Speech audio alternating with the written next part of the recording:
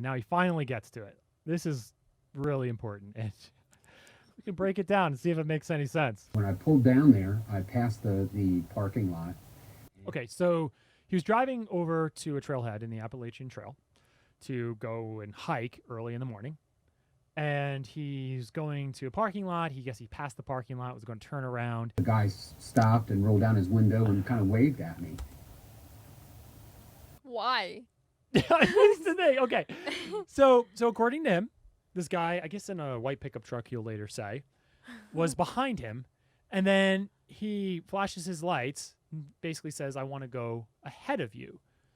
Okay. I guess the guy was parked to the side. The guy pulls up next to him and just starts talking to this guy over here. So according to him, Brian Laundrie pulls up next to him and just wants to talk to him.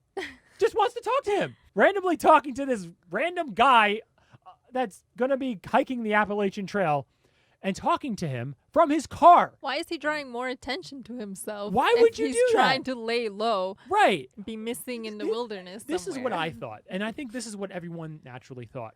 Colorado, I think in, the East Coast too, the Appalachian Trail, what you do is, everyone's hiking and then, you maybe cross paths. One person's going one way, the other person's going the other way.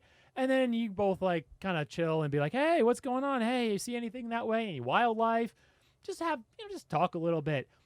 That's what I thought, and I think that's what a lot of people would think. Brian Laundrie was spotted on the Appalachian Trail. That's what you think, right? Yeah. Is that someone saw him hiking on the Appalachian Trail. No, that's not what happened at all. The guy saw him pull up in his pickup truck. How he got a white pickup truck is beyond me. It's just a whole nother story. Pulls up in his pickup truck right next to him and starts randomly talking to somebody because I guess he had, according to him, Brian Laundrie just wanted to talk to a random stranger. Who, first of all, talks to strangers? That's another thing. Yeah. I don't randomly pull up to people and talk to strangers.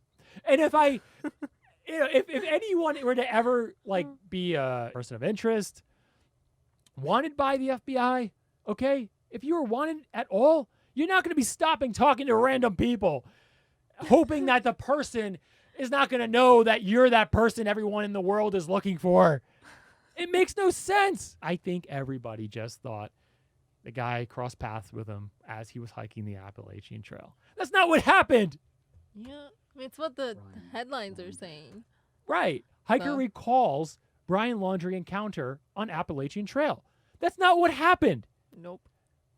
No. Trailhead parking lot. Yes. If someone's running from the law, right? They know they're wanted. Why would they, one, talk to somebody, and two, talk to somebody from their car, from their vehicle? That's the dumbest thing you could possibly ever do because it's so easy to track a car. All you need to do is get the license plate and the make and model, and you're done.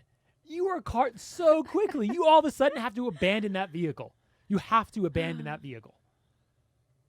Why would he want to go through that? It's not like this guy came up to this Brian Laundrie fella and was like, oh, hey, what's going on? Oh, well, okay, I have to act cool. Okay, yeah, well, I'm all right. Yeah, I'm just going to go hiking.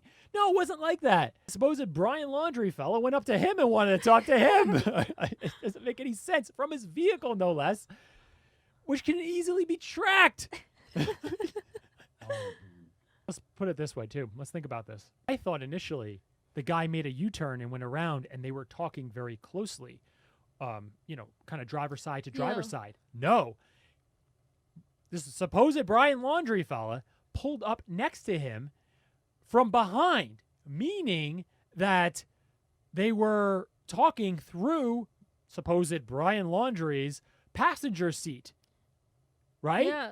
So there's extra space there. You're not going to get a good look at him, especially also if it's 12 a.m. It's completely dark. What the fuck? You're not going to really be able to see much of him. You can't hear his voice either up close either. Right. It's pretty far away. And the car's running.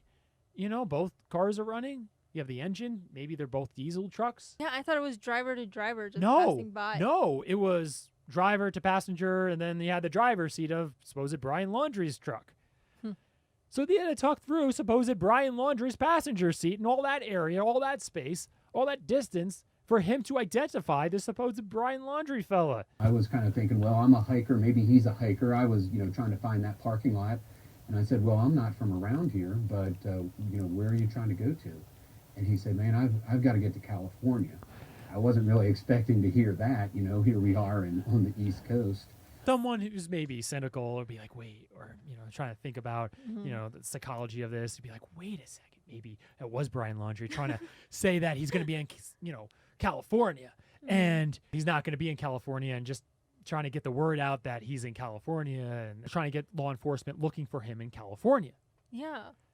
Okay, but why would you say that when you're in your truck that's going to be easily tracked down because you have a license plate too? It's the easiest thing to track down a car. It's not hard to find directions to California. You just have to go west on any interstate. You'll eventually get to California, trust me. Probably was just wanted someone to talk to because maybe he was on drugs. But it doesn't mean it's Brian Laundrie.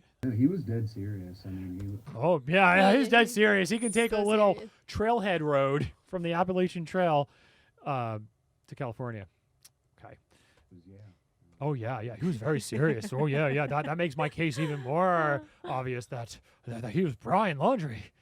Oh, trust me, it was. Believe me, this is my 15 minutes of fame. I'm not going to lose it that quickly. What would you do in that situation if someone like that pulled up to your car and started talking to you? You talk. You just kind of talk. like, hey, what's up? I Really? mean, I've done that. Yeah, I mean, I don't really know too often, but I haven't done it proactively. But I think other people have pulled up next to me to talk. Huh. But usually about something more specific. Yeah, Not just like, my my girlfriend. girlfriend's in California. How do I get to California? I'm not going to take the interstate. I'm going to take the trailhead road. 12:30 at night, and the only real light was the light from my headlights and his headlights. So he had no real light at all that was on him To see his face. Yeah. to see his face. Like, at all. So in other words, he just saw some basic features that he was a thin white male and probably had a beard. That's basically what it was. Great job. That's what it was.